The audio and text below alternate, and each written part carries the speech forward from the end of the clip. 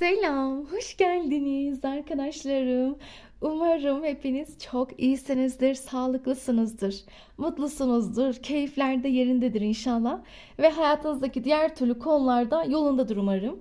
Bugün özellikle geçtiğimiz videolarda yorumlarda bir arkadaşımız bahsetmişti. Ve ben de bunun birçoğunuza uyacağını düşündüğüm için bakmak istiyorum. Benim için doğru kişi kim? Yani o doğru insan nedir? Nasıldır? Gerçekten tanıdığım birisi mi? Yoksa bilmediğim birisi mi? Bu kişiyle ilgili neyi bilmeliyim, öğrenmeliyim diye soranlar için bir bakalım istiyorum. Ama yine diyorum bu biri olsun olması hiç önemli değil. Çünkü bu soruyu genelde hayatında biri olan bazı arkadaşlarımız da merak ediyorlar. O yüzden birçoğunuza uyacağını düşündüğüm için bir soralım bakalım. Bugün şöyle bir genel detaylara bakalım. İşte bu kişinin karakteri, huyu suyu, burcu, elementi ne olabilir? En son harf çekeceğiz. Genelde harfleri çok seviyorsunuz. O yüzden sizler için eklemek istedim. Harf bakarız. Böyle genel bir detayları soracağız. Şimdi 3 farklı deste yerleştirdim. Herhangi bir obje veya kart koymak istemedim bugün. Yani ara ara koymuyorum ki daha rahat seçebilirsiniz. Çünkü bir kısmınız böyle destelere, kapaklara çok daha rahat odaklanıyorsunuz. Ben şöyle isterseniz yaklaştırayım. Sizler iyice bir odaklanın, enerjinizi aktarın. Özellikle bak genelde seçerken hep şu soruyu kendinize sorun. Benim buradan almam gereken mesaj gerçekten nedir? Ya da ben neyi bilmeli, neyi öğrenmeliyim? Benim için nasıl bir mesaj olabilir? O doğru insan, hayatımın aşkı, o olması gereken kişi nedir, ne değildir? Nasıl şekilde tanışacağız? Bunları kafanızda sorun. Böyle bir hayal edin. Zaten biri daha size rahat gelecektir. Yani daha böyle seçkin, daha böyle evet ya bunu seçmeliyim, rahatça seçebildim. Kesin bu bana uyar gibi bir rahatlık hissedebilirsiniz. Şöyle yaklaştıralım. Ben şöyle ışığı ayarlıyorum. Evet, iyice bir odaklanın. Bir bakın hangisinin kapağı daha çok hoşunuza gidiyor. Yani ben bunu daha çok beğendim. Kesinlikle bunu seçmeliyim dediğiniz hangisi? İyice odaklanabilirsiniz. Ben bekliyorum.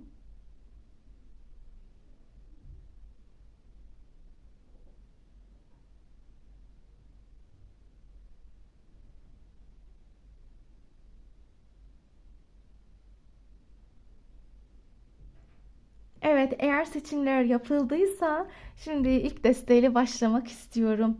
Şöyle kartlarımızı yan tarafa alalım. Başlayalım. Neyi bilmeliyiz, ne öğrenmeliyiz? Yani sizler için bir soralım nasıl enerjiler bulunmakta? Birinci desteği seçen arkadaşlarımız için şöyle yan tarafa alalım diğer kartlarımızı. Bir de başlamadan aramızda hala abone olmayı unutan arkadaşlarım da varsa abone olarak beni çok mutlu edersiniz. Yani genelde biliyorsunuz asla zorlamak istemiyorum.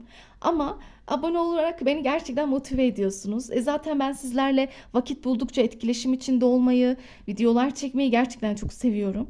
Hem aramızdaki o enerji alışverişi, alma verme dengesini de arttırmış oluyoruz. Ve bir o kadar da ben sizlerle çok mutlu oluyorum desteğiniz sayesinde. Peki o zaman şimdi ilk desteğiyle başlıyorum. Şöyle yan tarafa alalım.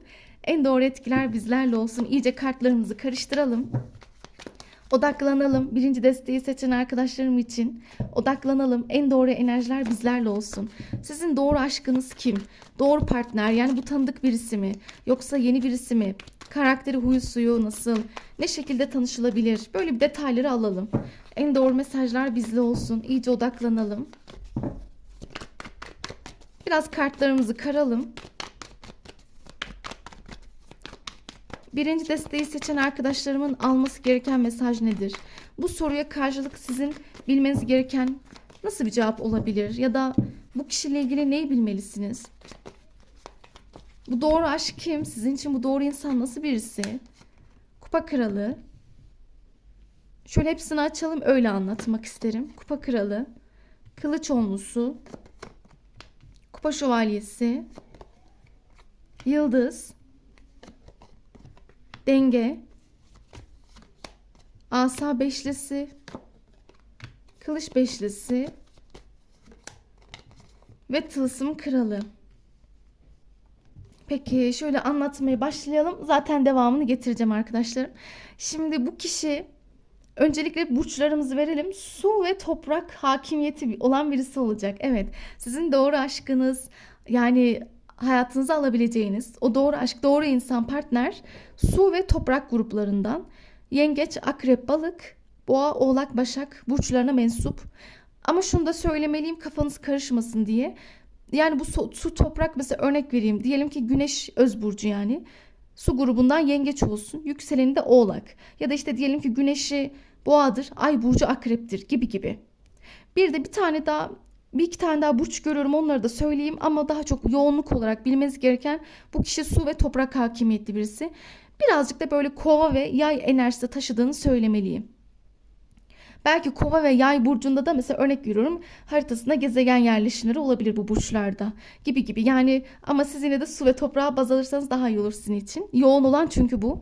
Bu kişi romantik birisi. Yani çok romantik birisi. Çok böyle hassas. Sizin doğru aşkınız çok sevgi dolu birisi olacak. Kalpten birisi. Çok anlayışlı birisi.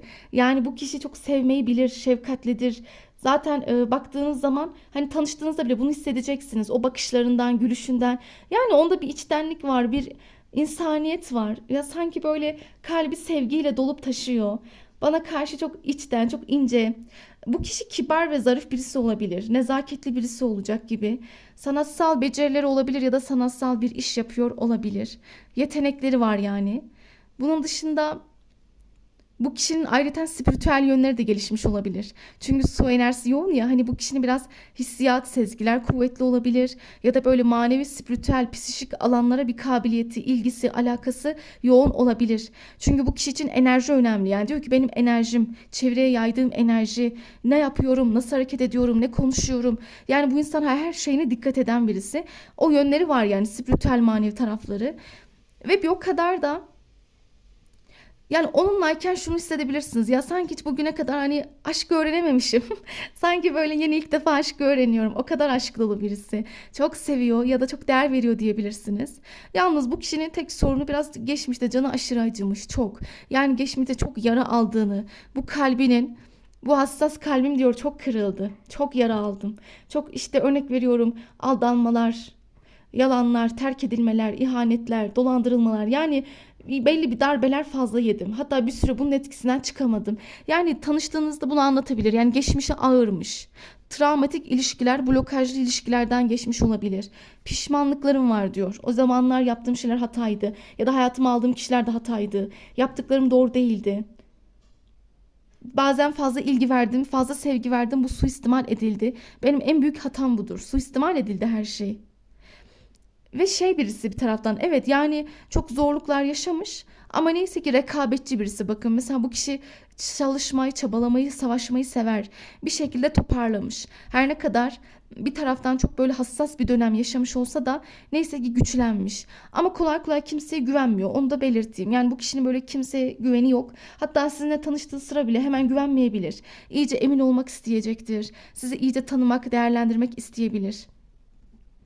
Ama belli yani, bir para kralı o sonuçta.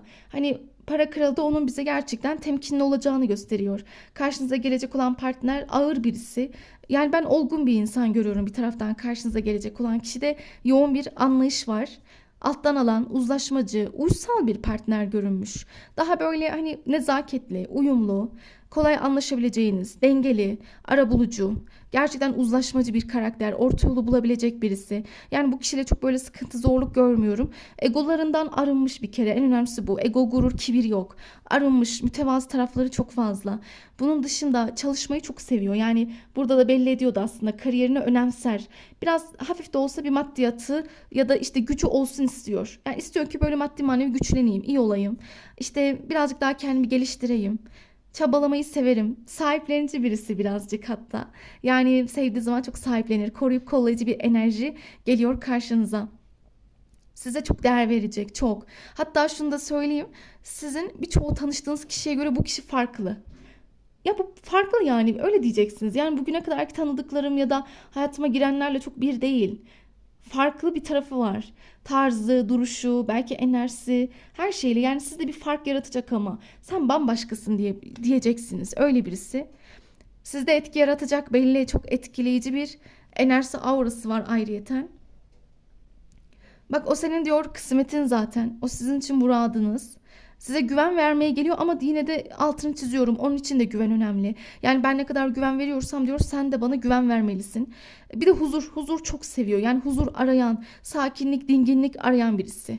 Hani böyle çok gürültü, patırtı, kavga, şamata. Hayır diyor, bunları istemiyorum. Ya da böyle bu kişiyle çok sıkıntı, yoğun tartışma, savaş ben göremedim.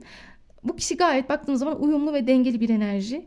Ama bakın, aması var. Her şey iyi güzel de iş kıskançlığa gelince biraz parlayabilir. Dikkat edin. O yüzden dedim zaten, o güvene çok bakıyor. Oldu ki çevrenizde rahatsız olduğu birilerini görürse ya da kıskanılacak ya da onu kıskandıracak bir şeyler yaparsanız, o haller içerisinde bulunursanız orada biraz işler bozulur, değişir. Yani orada işin rengi değişir diyor. Bak, kıskanırım. Dayanamam asla diyor. Yani katlanamam. Dikkatli olacaksınız bu konuda. Onu baştan söyleyelim. Savaşır ama. Savaş tarafları çünkü çok fazla. Her ne kadar, bakın, bu kişi ilginç bir mizaçta çıkmış. Her ne kadar duygusal, romantik, tamam, çok sevgi dolu, aşk dolu, aşka aşık, evet, çok değer verir, kıymet verir. Herkesten farklı, başarılı, çalışkan diyorum ama emin olun bir tarafı çok savaşçıdır. Kıskandığı zaman, rekabet olduğu zaman ya da ona karşı birileri savaş açtığı zaman kendini savunmayı biliyor. Yani ya da sözünü esirgemez, hakkını savunur, hakkını arar yani bir şekilde. Ya da bir şey, ya da işi için de geçerli bu. İnsanlarla mücadele eder, geri çekilmez. Çünkü o zaten bakıyorum ki biraz da kalbiyle hareket eden, içiyle, sezgileriyle yol alan birisi ve hedefleri uğruna mücadeleden vazgeçmeyebilir. Onunla uyum var ama huzur yakalarsınız. Evet, yani onun huzuru var. Biraz bazen çevresiyle ufak tefek sorunlar, sürtüşmeler yaşayabiliyor. Dediğim gibi biraz geçmişi hasarlı, yaralı. Olabilir, geçmişinde yaralar var. Ama bir de geçmişin dışında çevresiyle de olabildiğince hani güzel ilişkiler, samimi ilişkiler kurar aslında, çok içten, çok. Yani böyle çok duygusallık, sevgi dolu, arkadaş canlısı bir yapı var. Bu kişiyle ilişkiler dengeli, huzurlu gider. Arkadaşları, ailesiyle de öyledir. Ama yine de bazen böyle bir ufak tefek şey var. Hafif böyle celallenmeler, hafif böyle ona karşı verilen tepkileri bir anda etkiye tepki meselesi, bir anda ağırlığını koruması. Peki devam edelim. Başka neyi bilmeliyiz? Hani sizin için bu doğru insanla ilgili başka neyi bilmeliyiz? Detaylar istiyorum. Başka almamız gereken bir mesaj var mı? Bir de bu kişi devam etmeden tipini de tarif etmek istiyorum. Bu kişi yoğun olarak böyle beyaz tenli görünüyor. Beyaz tenli, boyu orta civarında görünmüş. Orta, çok hani çok uzun da değil, çok kısa da değil. Orta boylarda. Yüz hattı yuvarlak görünüyor. Kumral birisi. Gözlerinin renkli olma ihtimali var. Yani gözlerinde böyle bir renklilik görülebilir. Böyle bir detay çıkmış. Bunun dışında güler yüzlü birisi. Baktığımız zaman güleç bir surat ifadesi var. Sempatik. Evet, yani bakışları, duruşu böyle bir sempatik birisi yani. Size sempatik gelecek. Hatta şunu da eklemeliyim. Bir o kadar da zaten bu kişi görselliğiyle dikkat çeker. Yani her türlü bakıyorum ki bir ilgi çekici bir tarafı var. Bakışları olsun, duruşu olsun, parladığı noktalar ya da giyimi kuşamıyla olsun etki bırakıyormuş girdiği ortamda. Böyle de bir durum çıkmış. Peki devam edelim.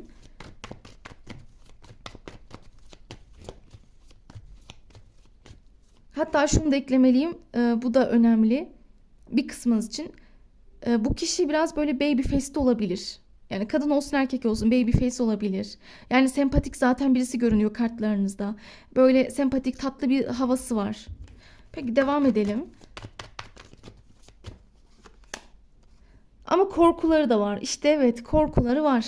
Maalesef biraz o geçmişindeki yaralar, o toksik insanlar yüzünden biraz yaralı. Hatta şunu da eklemeliyim. Sizin hayatınıza geldiği sıra yeni bir ayrılıktan bile çıkmış olabilir. Yani bir kısmınız için o bir ayrılıktan çıkınca hayatınıza girecek ya da şöyle diyelim. Ağır travmalar eşliğinde hayatınıza gelebilir. Ya buna üzülmeyin lütfen. Şimdi birçoğunuz böyle şeyleri sevmiyorsunuz, biliyorum. Aman öf, geçmişindeki o travmayı çekemem ben. Ya uğraşamam ya da işte ilgilenemem diyebilirsiniz. Bir kısmınızda böyle durumlar var. Haklısınız ama emin olun o kadar kalbi, enerjisi güzel ki. Yani aşırı sevgi dolu bu. Böyle bir aşk kadını, aşk erkeği. Hani her türlü değer, iyileşti mi, şifalandı mı çok güzel şeyler yaratır. Harikalar yaratır yani. Böyle sevgisiyle sizi göklere çıkarabilecek birisi. Hani o yüzden diyorum, şu yaraları, travması geldiği zaman takılmamaya çalışın. Bu geçecek. Yani her şey zamanla kapanıyor sonuçta, her yara, öyle düşünelim. Her şey zamanla geçmiyor mu? Geçiyor. Onunki de geçecek. Yani onunki de zamanla iyileşip şifalanabilir. Hatta kesinlikle ondan sonra bakın, görüyorsunuz hep su kartları açıyorum. Yani bu kişi yoğun olarak böyle su insanı gibi geliyor bana. Aşırı su gibi. Sizi bile şifalandırır. Ama yeter ki o sevgiyi, ilgiyi, o güveni alsın. O değeri görsün. İşte o zaman büyük bir kalp sizi bekliyor. Kocaman bir kalp. Aşk dolu bir kalp sizi bekliyor. Sizi çok sahiplenir, çok yani çok kıskanır, çok sahiplenir. Az önce söylüyordu ama sizi böyle sahiplenmesi, sarıp sarmalaması, sevgisini yoğun bir şekilde doruklarda yaşatır. Birazcık bekleyin diyor. Azıcık daha sabır döneminiz var. Biraz daha beklemenizi tavsiye ediyor kartlarınız. Şu an birazcık belli ikircikli durumlar yaşayabilirsiniz. Yani birçoğunuz şu an önünüzü göremiyor, emin değilsiniz. Ya da örnek veriyorum, bu kişiyle tanıştığınız zaman yani bilemiyorum ki, ya işte o da çok üzgün, o da çok mutsuz. Acaba hep böyle mi olacak, ya da ben gerçekten değer görecek miyim gibi düşüncelere bile kapılacaksınız. Yani birçoğunuz bu kişiyle ilgili kuruntulara kapılsa da ya hayır, emin olun o kişiyle çok güzel bir arkadaşlık bile kurarsınız. Hatta birçoğunuzun ruh eşiyle tanışacağını düşünüyorum.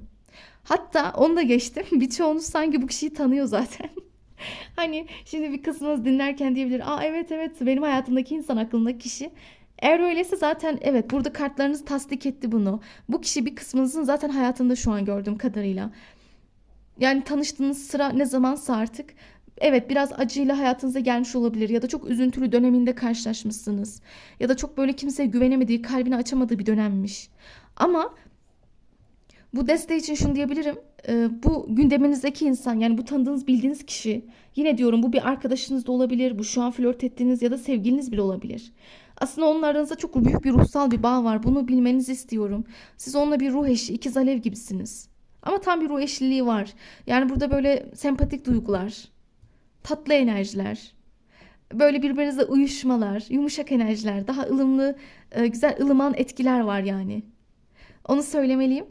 Eğer diyorsanız hayatımda kimse yok, sizin için yine sorun değil, fark etmez. Her türlü hayatınıza gelecek olan kişiyi sanki tanıyormuş gibi hissedeceksiniz. Yani sanki ben onu hep biliyormuşum gibi. Tanıştığınızda yabancılık hissetmeyeceksiniz ya da ya işte bu bana da çok zıt birisi, yani bilmiyorum ki, çok farklıyız. Hiç böyle biri demeyeceksiniz. Hayır ya, bu bana benziyor. İşte mesela görsel olarak benzer huylarınız, yönleriniz olabilir. Fiziksel benzerlikleriniz olabilir. Ya da ilgi alanlarınız, bakış açılarınız, mizacınızda çok ortaklık vardır. Ama bir şekilde bir benzerlik olacak bu kişiyle. Ve siz onun yanında çok rahat edeceksiniz. Hatta ilk etapta bir arkadaş gibi başlayabilirsiniz, o derece. Ve ruhunuza hitap edecek. Yani birbirinizin sanki böyle ruhuna dokunacaksınız. Ve sonrasında bir gelecek düşüneceğinizi fark ettim. Yine diyorum, bir kısmınızın, ben öyle gördüm bakımınızda, bir kısmınızın bu hayatındaki biri zaten. Uzun bir süredir gündeminizde var. Onunla zaten ben eminim çok iyi bir arkadaşsınız, dostsunuz. Hem de güzel bir sevgililik enerjisi var burada. Daha da iyiye gidebilir diyor sizin süreciniz. Flört ediyorsanız eğer. Ya da işte zaten birlikteyseniz bu bağlantı uyumlu bir bağ. Yani birbirinizi çok anlıyorsunuz. Çünkü aynısınız, yani birbirinizin kopyası gibi enerjiler taşıyorsunuz. Bunları söyleyebiliriz. Bunun dışında yeni gelecek olan arkadaşlarım da bilsin ki o sanki sizin hep tanıdığınız, sanki aileniz, evet ya, ailenizden biri gibi kısaca. Hep sanki birlikte yaşıyormuşuz gibi. Gerçekten her şeyimizi rahat rahat konuşabiliyoruz, paylaşabiliyoruz.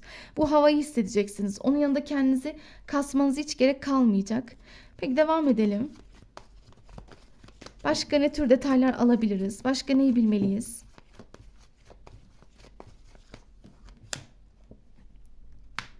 Evet, zamanla gelebilecek bir uyum, ahenk, yani birbirinize ruhsal uyumlar var. Anahtar bakın zaten çıktı. Anahtar her türlü şanstır, fırsattır. Yani sizin bu doğru aşkınız size her türlü kapıyı açabilecek bir enerjide. Evet, onu da söyleyeyim. Hani burada kastettiği şey şans. Mesela örnek veriyorum, bu kişiyle beraber belli blokajlarınızı aşabilirsiniz. Ya da bu kişinin sayesinde işiniz, aile hayatınız ya da arkadaşlıklarınızda, yani belli kilit noktaları çözebilirsiniz. Hani sanki bu bağlantı öylesine bir ruh eşliliği değil. Yani ruh eşliliğinin de dışına size de bir şeyler katmaya geliyor. Zaten bu ruhsal bağlantılar öyledir, emin olun. Yani burada maksat sadece ilişki, aşk değil aslında. Bu her zaman için geçerli. Burada çok daha derinlerde etkiler var. Yani sadece aşk dememiz yüzeysel kalır. Çok sığ bir bilgidir. Ruhsal bağlantılar derinlik taşır. Hayata yansır, kolektife yansır, insanlığa da hizmet eder. Ya da böyle çevrenize etki altında olduğunuz insanlara, hizmet ettiğiniz kişilere bile her türlü etki yaratırsınız. Ya da birilerinin hayatlarına da dokunursunuz. O yüzden ruhsal bağlar çok derindir. Bu derinlik herkese yansıyabilir, kolektife de geçebilir ve birçok şey öğretip katabilirsiniz. Ve birileri de sizden bir şeyler öğrenebilir. Böyle bir bağlantıdır bu. Ve burada o yüzden bunu eklemek istedim aslında. Çünkü anahtar gibi, yani bir şans olarak geliyor karşınıza. Zamanla derinleşeceksiniz. Zamanla kuyu büyük bir derinlik yakalayabilir. Onunla ilişkiniz derinleşebilir ya da onunla ilişkinizi daha da bir derinlik oluşturabilirsiniz. Evet ve zarlar çıktı. Şans enerjisi var burada. Yani şansı aktive edeceksiniz. Şans yaratacak. Ya zaten zarlar evet tanımaya değer diyor sizin için. Yani vakit geçirmeye, tanımaya, akış içerisinde bir şeyler yaşamaya diyebilecek birisi. Bir de ben az önce dikkatimizden kaçmasın. Az önce şurada bir tilki kartımız çıkmıştı. Şöyle görünüyordu. Durun onu da yorumlayalım. Unutmadan. Bu da şunu gösteriyor bakın. Sizin bazı kıskananlarınız olabilir. Yani bazı böyle kıskananlar, bazı böyle çekemeyen ya da bu ilişkide olabilir böyle kıskançlık yaratabilecek, hazmedemeyecek tipler de olabilir. Hani bununla ilgili de bir uyarı almışsınız. Bazı hazımsız, çekemeyen, işte sizin mutluluğunuzu kıskananlar. Ama buna takılmayın. Evet bu hoş bir enerji değil biliyorum. Hani bu da çıkmasa daha iyiydi ama az önce anahtarla beraber elime ilişmişti. Bakalım dedim. Her türlü burada kastedilen mesaj şu ki illaki bu ilişki biraz göze nazara ya da kötü enerjili insanların etkisine uğrayabilir. Lütfen başkalarını dinlemeyin. İşte bu kim olursa olsun. Siz eğer zaten bunu hep söylüyorum. Yani bu başkalarının fikrini önemsememek değil. Önemseyin tabii ki bu çok önemli her zaman. Ama hani eğer siz kalbinizde bir şeyden eminseniz, hissediyorsanız ya da her şey çok güzel dört dörtlük gidiyorsa lütfen şu üçüncü, beşinci kişilere çok araya müdahale etmeyin. Çünkü bu sefer iyi olan şeyler de bozuluyor. Bunu sürekli gözlemliyoruz ilişkilerde. Yani birilerinin etkisi her zaman ortalığı dağıtabiliyor. İşte o şunu dedi, o bunu dedi. Herkes bir kulp takar, sorun yaratır. Herkes bir şey söyler yani her kafadan zaten bir ses çıkıyor sürekli. O sebepten dolayı bu bağlantıda bunu çok fazla az önce de fark ettim. Biraz çevre etkileri, biraz çevrenin müdahalesi, biraz dış dünyanın etkisi, bazı rakipler, onun hayatına girmek isteyenler, sizin hayatınıza girmek isteyenler, belli kıskançlıklar ya da bu bazen aile de olabilir. Ailenin aralara girmesi, karışması, arkadaşlar kimseye çok izin vermeyin. Birileri nifak tohumu soksa da bence hiçbir şey başaramayacaklar. Hiçbir etkileri olmayacak. Onlar sizi bazen evet ikileme sürükleyebilir. Bazen sizi olabilir. Hani kararsızlıklara düşebilirsiniz. Acaba onun dediği gibi mi? Ya acaba yok olmaz mıyız biz? Hani ortada hiçbir şey yokken kafanızı karıştırabilirler. Ama siz takmayın. Zaten bu kişiyle güzel görüşme, buluşmalarınız olacak. Bir araya gelmeler, böyle güzel ortamlarda, böyle keyifli vakitler, dakikalar geçirilebilirmiş. Peki bir de şu destemizden soralım. Bakalım. Bir de romantik melek kehanetinden bir soralım. Almanız gereken detay nedir bu kişiyle ilgili? Evet çocuklar bu ilişkide nasıl desem çocuk gibi şen olacaksınız. Çocuklar kadar hani burada aslında kastettiği şey iç çocuk, iç çocukluk. Yani içinizdeki o mutluluk, o içinizdeki sevgi, o içinizdeki masumiyet, temizlik. Hani diyor ki bu kişiyle aranızdaki bağ çok temiz, masum olacak. Safiyane duygular olabilir aranızda. Ve bunun yanı sıra bir de onunla zaten az önce kartlarda diyordum ya böyle sanki çok rahat edeceksiniz. Sanki onu hep tanıyormuşsunuz gibi. Sanki hep böyle birbirinizi bir yerlerden biliyormuşsunuz gibi. Bu güzel bir şey olacak sizin için. Bu tanışıklık hissiyatı. Evet. Peki devam edelim. Bir de yalnız şu da olabilir. Aklıma gelen detayları söylemek zorundayım. Şimdi kolektif veya herkesi bir yerden yakalamam lazım benim. Şimdi burada bir kısmınızın belki sizin belki de onun çocuğu da olabilir. Çünkü ben az önce ne diyordum sürekli? Bu kişinin geçmişinde travmalar, acılar vardı. Hani herkes için yine diyorum bu geçerli değil ama bir kısım için böyle görünmüş. Bir kısım için. Onun ya da sizin ya da ikinizin de olabilir. Yani çocuk durumlarınız, çocuklarınız var olabilir. İşte aşk hayatınız biraz çocukları da etkileyebilir. Çocuklarınızın sorumlulukları, hayatı, onları da düşünerek belli kararlar alabilirsiniz.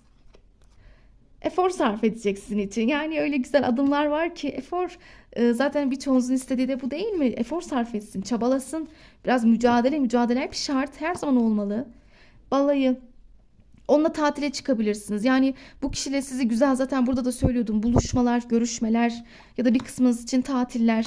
Bir kısmınız için böyle güzel, keyifli vakitler. Yani burada balayından kastettiğim yani birlikte güzel vakit geçirme anlamında. Birlikte zamanın güzel anların tadını çıkarın anlamında diyebiliriz. Ve güzel diyor romantik duygular had safhada olacak. Bu duygular diyor keşfedilmeye değer, yaşanmaya değer. Samimi duygular var. Peki bir de harf çekelim. Şöyle harflerimizi iyice karıştıralım.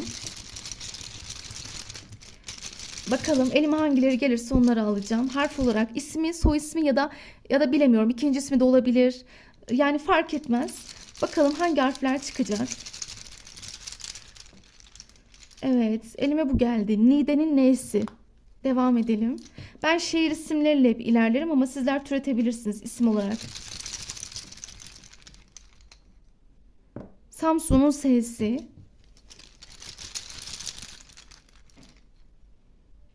C harfi ne diyelim? Ceyhan'ın C'si diyelim buna. Ş harfi. S ile Ş'yi bir arada almak istiyorum. Bunların ikisi bir arada olsun. S, Ş. Şanlıurfa'nın Ş'si.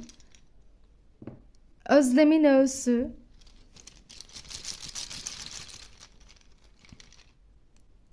Giresun'un G'si.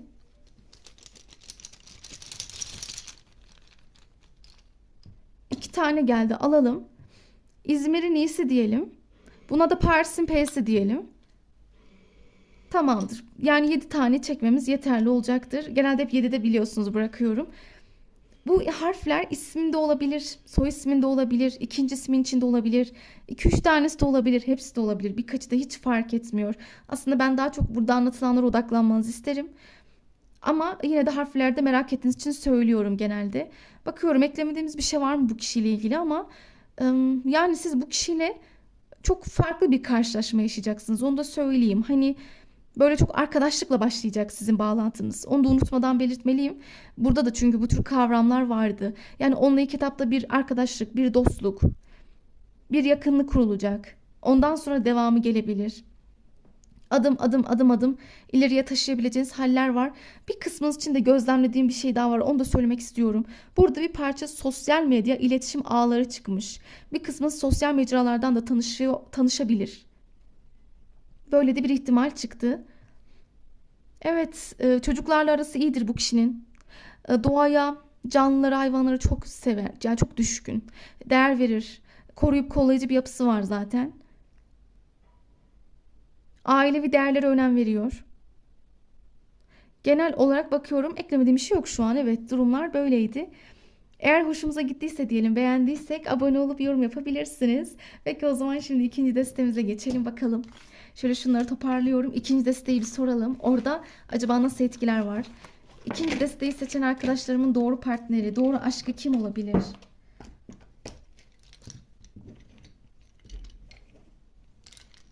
Evet, şimdi biraz beklettim ama hemen şimdi başlıyoruz. İkinci destemize geçelim. Şöyle kartlarımızı iyice karıştıralım. En doğru enerjileri almaya niyet alıyorum.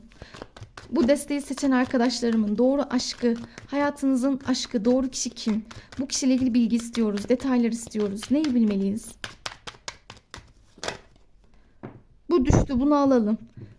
Kule, kule kartı. Devam edelim. Değnek ikilisi. Kupa dokuzlusu.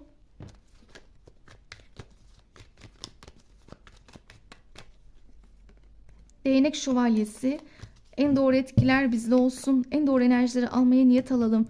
Ölüm kartı. Asa kraliçesi. Tılsım sekizlisi. İkisi beraber geldi, alalım. Kılıç dokuzusu ve değnek dokuzlusu. Tamamdır. Şimdi şöyle başlayalım anlatmaya. Öncelikle burada yoğun bir elementimizi verelim. Ateş var. Yani sizin karşınıza gelecek olan doğru aşk, doğru insan ateş gruplarından. Koç, Aslan, Yay burcu olma ihtimali çok çok yüksek. Yani güneşi olur, öz burcu, yükseleni ayı olabilir. Bir de bir tane daha burç ekleyeceğim. O da akrep burcu. Ölüm kartımız çıkmış. Akrep, yani belki akrep burcunda mesela diyelim ki Merkür akreptir. Belki ay burcu akreptir. Belki Venüs akrep olabilir gibi gibi. Bu kişi mizaç, tavır, karakter olarak baktığım zaman karşınıza gelecek olan partner size çok uyuyor ama ne konuda uyuyor söyleyeyim. Enerjileriniz çok yüksek olacak. Yani onunla frekansınız bayağı tutabilir. Onunla çok eğlenebilir, keyifli vakitler geçirip gülüp tatmin olabilirsiniz. Partneriniz çok böyle ilham verici birisi olacak. Çok ilham verici. Böyle nasıl desem çok eğlenceli, çok güler yüzlü birisi.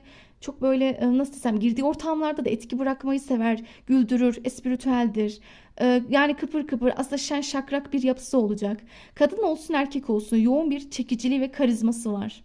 Yani eğer dişil arkadaşlarım için diyeyim doğru partner, sizin için doğru insan karizmatik birisi. Fiziksel olarak baktığımız zaman aşırı çekici. Yani böyle girdiği ortamda vakur bir duruşu, ağırlığı var. Bir karizması, bir etki bırakması var. Çekici bakışları var. Yüz hatları olsun. Yani her türlü böyle bir baktığınızda çekileceksiniz. Konuşması. Yani onda bir şeytan bir tüyü var diyebilirsiniz. Dinleyen eril arkadaşlarım için de karşınıza gelecek olan dişil çok hani nasıl desem güzel giyinen birisi. Şık giyinmeyi sever. Biraz böyle gösterişli giyinmeyi sever. Dikkat çekici bir giyim tarzı olabilir. Ama her türlü renklidir. Mesela renkli giyinmeyi sever. Takı takmayı çok sevebilir. Yani her türlü biraz böyle gösterişli olmak ya da dikkat çekici, ilgi çekiciliği sever. Ve bir anda baktığınızda böyle bir o alımlı yapısına, o tabiatın o doğallığına, o güleç ifadesine takılı kalabilirsiniz. Evet, böyle birisi çıktı sizin için. Görsel olarak ama bayılacaksınız. Evet, bu desteği biraz görsellikte yoğunluk çıktı. Partnerinizin fiziksel özelliklerine etki bırakacak sizde. Bir de şunu da eklemeliyim. Gözleri çıktı bir de. Gözleri fazlasıyla bu kişinin etki bırakıyor. Yani bakışlarında bir çekicilik var. Bir efsunlu bir hal.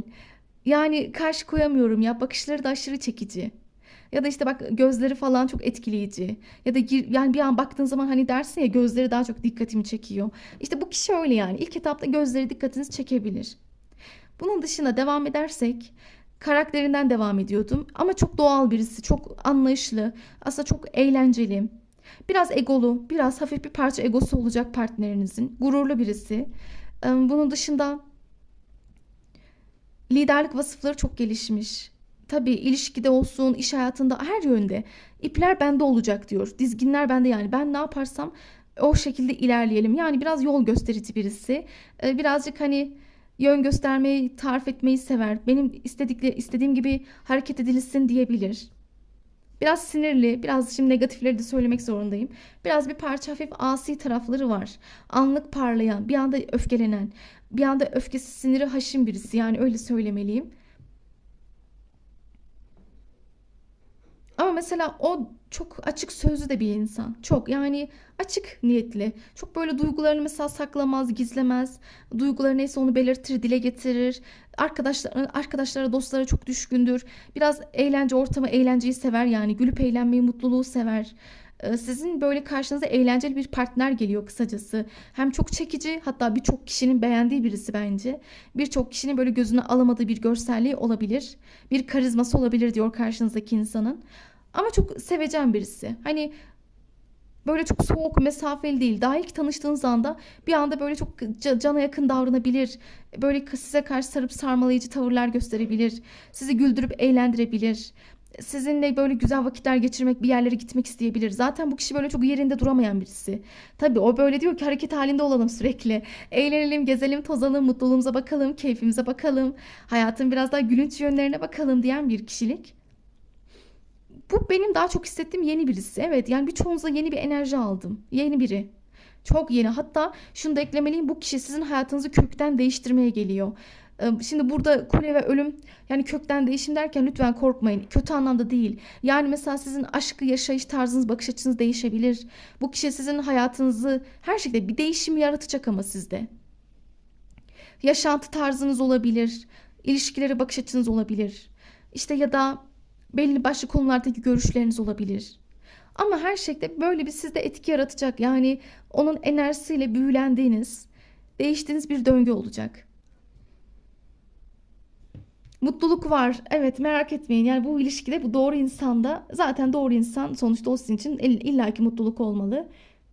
O doğru kişi size zaten mutluluğu diyor vaat edecek birisi. Ama burada böyle yalın bir mutluluk değil bakın bu. Onu demek istiyorum. Dikkat ettiyseniz bu kişiyle ilgili kartlar sürekli renkli bir dünyası olduğunu anlatıp duruyor bana. Renkli bir karakter, hayat dolu birisi. Her anı, her vakti, her günü ayrı bir güzellik. Yani her gün böyle farklı bir hayat, her gün farklı bir pozitiflik. Zaten enerjisi çok yüksek. O ayrı, çok pozitif, aşırı. Yani onun enerjisi sizi motive edebilir, canlandırabilir. Onun bu kadar yüksek frekansta olması sizi de harekete geçirebilir. O zaten öyle birisi. Diyor ki ben yön göstermeyi, harekete geçirmeyi severim, motive etmeyi severim. Benim izimden gidilmesini, takip edilmeyi severim. Biraz dediğim gibi yön belirleyici birisi, otoriter birisi, kararlı bir kişilik, çok cesur, çok hani cengaver bir enerji var. Ve kendine güveni aşırı yüksek. Ben kendime güveniyorum, inanıyorum. Tamamdır, bitti. Bu kadar. Yani ben bir şey diyorsam, bir şey istiyorsam, yapacağım dersem yaparım. Kafaya koyduysam o olur diyen bir kişilik var karşınızda. Ve onunla duygularınız da çok yüksek bir seviyede olacak. Ben özellikle burada çok tutku görüyorum. Tutku, arzu, tensel çekim bu ilişkide yüksek olabilir. Bunun dışında ama şöyle bir sorun var. Biraz bu kişinin ters tarafına denk gelmeyin. Olur mu? Yani bu kişiye şimdi bunları da söylemek zorundayız. Ters tarafları var. Bazen böyle bir dedim ya az önce ani parlamaları. Evet yani çok böyle üzerine gidilirse, egosu, gururu zedelenirse orada sivri konuşurum. Yani orada diyor affetmem. O anda biliyorsunuz zaten açık sözlü, zaten dobra. O an çat çat her şeyi söylüyor. Ama kindar değil. Yani en azından böyle bir siniri de geçici. En azından böyle bir yanıp sönüyor bir anda. Ama çok üstüne gidilmesini istemiyor. Emirvaki sevmem, baskı sevmem, kural sevmem, otorite sevmem ben. Benim hükmüm geçsin. Evet bu biraz lider gibi bir enerji aslında. Benim diyor belli sınırlarım, duvarlarım vardır. Benim belli başlı insanlara engellerim olur. Mesela bu kişi negatif insanları hayatına asla sokmaz. Bence bu çok güzel bir karar. Aldığı karar çok iyi. Yani benim öyle diyor negatif kişilerle benim sinirimi bozacak, beni aşağı çekecek kişilerle diyor işim olmaz. Zaten bu kişi her türlü enerjisini çok yüksek seviyede tutan, koruyan birisi. Size de o etkiyi yansıtabilir. Hayatınızda çok böyle yenilikler yaratabilir. Tabi zaten bu belli ama köklü bir değişim yaşayacaksınız. Hatta çok hızlı bir şekilde hayatınıza bile girebilirmiş böyle birisi. Ama yine diyorum hayatında kötü enerjili kişilere yer yok. Ama böyle şey de var. Nasıl desem frekansıma uymayan insanlara da yer yok. Yani o bir anda bıçak gibi her şeyi kesip atabilecek de birisi. Bayağı güçlü biri geliyor karşınıza onu fark ettim. Güçlü, kararlı ama en önemlisi bence hayır demeyi biliyor. Hayır nerede nasıl davranacağını biliyor. Peki devam edelim. Başka neyi bilmeliyiz? Başka almamız gereken detaylar var mı? Yalnız ilk etapta biraz kararsızlığa düşebilirsiniz. Onu da söylemeden geçmeyeyim. Hani ya bu biraz bana egolu geldi diyebilirsiniz bir kısmınız. Evet ilk etapta bir hani bu kadın bu adamda bir ego var sanki ya. Bir gurur böyle bir üstten bakmalar var diyebilirsiniz. Ama o ilk etapta bakın bu ön yargı aslında öyle düşünmeyin. Görsellik, görüntü de öyle olabilir. Ama tanıdıkça göreceksiniz ki çok hayatı renkli yani. Hayatına kattığı insanları da mutlu etmeyi seviyor. Mesela bu kişi hediyeleşmeyi sever. Bu kişi böyle karşısındaki sevdikleri insanı mutlu eder. Çok cömert birisi de var karşınızda. Öyle birisi olacak yani. Ama yine diyorum lütfen egosuna damarına basmayın. Bu kişinin sinirine çok dokunmayın. Bu kişiye çok emir vermeyin. Bu kişiyi çok kısıtlamayın. O bunları sevmez. Bak diyor böyle şeyler yapma. Zaten biraz özgürlükçü bağımsız bir kişiliği var. Bağımsız hür iradesi yüksek. Hani bak bana karışırsan o zaman işler değişir bozuşuruz. Hani bunları da baştan belirtelim. Tutkulu bunu da eklemeliyim bir dakika. Tutkulu bir kişi çok tutkulu. Yani böyle karşılaştığınızda tanıştığınızda bile hem görsel olarak gözünüze alamayacağınız biri çok bakımlı birisi belli. Hem de bakımlı olmasının dışında hani bir aura var. Hani aura çok önemli diyoruz ya o aurası, frekans, enerjisi zaten girdiği ortamda etki yaratıyor. Çevresinde birçok kişiyi toplayabiliyor. Öyle bir yapısı var. Peki devam edelim. Başka neyi bilmeliyiz? Bakalım başka neler söyleyebiliriz? Sizin için bu doğru kişiyle ilgili nasıl detaylar var? Evet, ya bunu bekliyordum. İnanın o kadar çok böyle tarifler yaptı ki kendisi az önce. Bu gelmese şaşırırdım. Şimdi diyor ki kartlarınız, o gerçekten biraz keskindir ama. Yani onun sakın böyle şeyine gitmeyin. Hani onunla inatlaşmayın. Tabii yani o öyle birisi. Onu artık öyle kabulleneceksiniz. O diyor ki ben inatlaşılmasını sevmem. Hani çok böyle baskıyı sevmem. Sakın onu kısıtlamayın. Yok şunu yapma, şuraya gitme, şunu etme. Yok sen şununla konuşma. Kadın olsun erkek olsun fark etmez. Yani çok kısıtlanmaya gelemez. Çok böyle dayatma istemem. Lütfen özgürce de takılalım. Yani hayat özgürlüğümüzü lütfen koruyalım. Alanımıza müdahale etmeyelim diyebilir. İşte birbirimizin yanında olalım. Güzel muhabbet, sohbetler edelim, konuşalım. Ama lütfen benim egoma dokunma. Benim o gururuma dokunma. Ya da belli konularda beni sakın sözlerini aşağı çekmeye çalışma. Hani böyle de evet biraz kurallı birisi geliyor karşınıza. En azından baştan çizgilerini belirtecek gibi. Lütfen bu sizi korkutmasın. Yani bu onun ağırlığıyla ilgili bir şey. Hani çok da zeki birisi yalnız. Çok bilgili. Çok yani çok akıllıdır. Bilgilidir. Nasıl konuştuğunu bilir. İletişimi güzeldir. Onunla zamanla aranızda bir ciddiyet olacak diyor kartlarınız. Bakın zamanla oturabilecek bir ciddiyet var. Sağlamlık var. Bu ilişki için çaba göstereceksiniz. O da siz de. İkiniz de fedakarlık yapacaksınız. Bu çaba isteyen bir ilişki ama hani böyle çok zorlayıcı bir ilişki değil. Sanki böyle sizin ilişkiniz nasıl söyleyeyim mi? Tutkulu, arzulu olacak. Nasıl desem çok böyle ani hayatınıza girebilir. Hayatınızdaki bütün her şeyi baştan aşağı değiştirebilecek bir enerjide. Fakat böyle güzel bir ilişki ama ufak tefek bazı dediğim gibi inatlaşma, sürtüşmeler, iletişimsel gerilimlere hazır olun. Biraz bu kişiyle bunlar olabilir. Ufak tefek gurur yarışları, sen mi ben mi kavgaları. Yani bunlar da olmayacak değil. Evet, bir bekleme enerjisi çıktı. Bekleme var. Yani şu an beklemeniz doğru olan. Biraz duygusal olarak boşlukta hissettiğinizi fark ediyorum. Yani şöyle söyleyeyim, bu kişi de aslında şöyle bir tip. İlk etapta birbirinizle evet böyle güzel bir sıcaklık, samimiyet oluşturacaksınız. Çünkü neden? İkiniz de birbirinizle olan o kalbinizdeki boşlukları doldurabileceksiniz. O kalbinizdeki boşluğu doldururken ne yapacaksınız? Çaba, iki tarafta birazcık mücadele edebilir. Ya da birbirinizle ilgilenmek isteyebilirsiniz. Arada o ilgilenir, arada siz. Yani böyle böyle alma verme dengesini kurarsınız. Bu şekilde o etkiyi yaratabilirsiniz. Bir de şunu da eklemeliyim. Bu doğru kişi dediğimiz insan, yani sizin doğru insan, hayatınıza gelecek kişi sağlığına dikkat ediyor. Sağlık, beslenme düzeni, sağlıklı hayat, yaşam tarzı, yani bunlara da bakar. O yüzden şunu diyebilirim, biraz bakımlı birisi. Tabii hayatı, yaşantısı, konforu, bunlara bakar. Ama biraz bazı hassasiyet yaşadığı zamanlar var. Evet, ya bakın bu çok ilginç. Bunu az önce de fark ettim aslında. Bu bir an gözüme ilişti de. Bu kişi biraz şey biri. Aslında bu kadar yüksek enerjiye karşı negatif insanlara katlanamıyorum demiş. Katlanamıyorum diyor. Gözüm görmesin sizi. Duvarlar örüyorum, bariyer çekiyorum, uzak durun benden. Yani bu kişi biraz takıntılıdır çünkü bakmayın hani bazen böyle insanların sözlerini, hareketlerini kafaya takar ya da birinin bir soğuk duruşunu, bakışını bile kafaya takabiliyor. İşte o gün o enerjisi düşebiliyor onun. Yine diyorum belki de çok bakımlı, hayatında her türlü enerjisine bakar, güzel yaşamak ister, mutlu olmak ister, insanlara da ılımlı gidiyor ya. Tabii böyle yüksek bir enerjili, frekanslı bir insan bazı kişilerin negatif enerjisi tarafından şey oluyor. Bir anda iyice böyle bir düşüyor. Negatif enerjili insanların işgaline uğruyormuş gibi hissediyor. Modum düşüyor bir an. İşte ya da polemik yaşadığım zaman, kısıtlandığım zaman, özgürlüğüme laf edildiğinde ya da birileri benim hayatıma müdahale ettiği zaman ben dayanamıyorum. Orada kendimi nefes alamıyormuşum gibi, sıkışmış gibi hissediyorum. İşin içinden çıkamıyorum. Yani ben bunları niye söylüyorum? Bunlar tanıştığınız zaman dikkat etmeniz gereken detaylar çünkü. Bu kişi aile hayatında da öyle. Çok karışılmasına izin vermez. Aşkta da öyledir.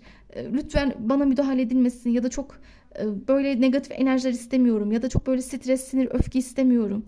Tamam, ben bazen belki bunları yaratıyorum. Evet. Bakmayın, kendisi arada bir sinirleniyor, öfkeleniyor ama bunun sebebi şuymuş. Çevremdeki insanlar yüzünden ya da çevremdeki kişiler benim damarıma basarsa, istemediğim az önce anlattığım şeyler yapılırsa ben o zaman karşı çıkarım. Ne gibi? Yani az önce dediğim gibi örnek işte onu kısıtladınız mı o anda hemen ailesiyle çevresiyle hemen kavga içine giriyor. Ya da işte egosunu zedeleyecek bir eleştiride bulunuldu mu o anda hemen canı sıkılıyor. İşte ben diyor bu kadar pozitif ılımlı giderken herkese bu kadar güler yüzlü giderken yüksek enerjili arkadaşlıklar ilişkiler kurmak isterken böyle enerji vampirlerine diyor katlanamıyorum. Evet, yani bunu bilmeniz iyi en azından sizin için. O yüzden herkesle kolay arkadaşlık, bağlantı kurmam. Araba kartı çıktı. Bu kişiyle uzak mesafeniz bile olabilir. Buna da hazırlıklı olun. Yani bu kişi sizin bulunduğunuz yerden farklı bir yerde yaşıyor da olabilir. Farklı bir şehir ya da ülkede olabilir. Şehir mesafesi, ülke mesafesi. Bu hepinizde farklılık gösterir. Ama olabilme ihtimali var diyor kartlarınız. Uzaklık, mesafeler, bu tür ihtimaller var. Yalnız bilmelisiniz ki o gerçekten cesur bir karakter. Çok cesur ve bu ilişkide büyük bir ilerleme kat edeceksiniz. Evet, yol kat edilecek. İlerlemeler olacak. Yani hızlanma olacak. Zaten bu ilişki hızlı bir ilişki, aktif bir ilişki. Yine diyorum çok yani bu kişiyle hayatı hızlı yaşayabilirsiniz. Aşırı hareketli bir hayat döngüsü var. Ama fark ettiniz mi, ne kadar güçlü dursa da hafif bir kırılganlık çıkmış, ama hafif. Hani demek ki işte onu kapatmış, onu bir şekilde kamufle ediyor. Bu enerjisiyle, bu gücüyle o hassasiyetine bir kabuk örmüş resmen, kapatmış onu. O yüzden insanlara karşı bir hassasiyeti var. Peki devam edelim. Evet, onunla güzel muhabbetler olacak aranızda. Böyle güzel gülüşmeler, kahkahalar, güzel muhabbetlerin böyle akması, devam etmesi olabilir. Evet, yüzük zaten o size çok güzel böyle hediyeler, jestler yapabilir. Az önce söylüyordu, kartlarınız cömert birisi. Yani her türlü böyle size kıymet verdiğini maddi değerlerle de, materyal şeylerle, somut değerlerle gösterebilir. Yonca çıktı. O sizin için şans. Siz birbiriniz için diyeyim daha çok. Birbiriniz için güzel bir şans olacaksınız.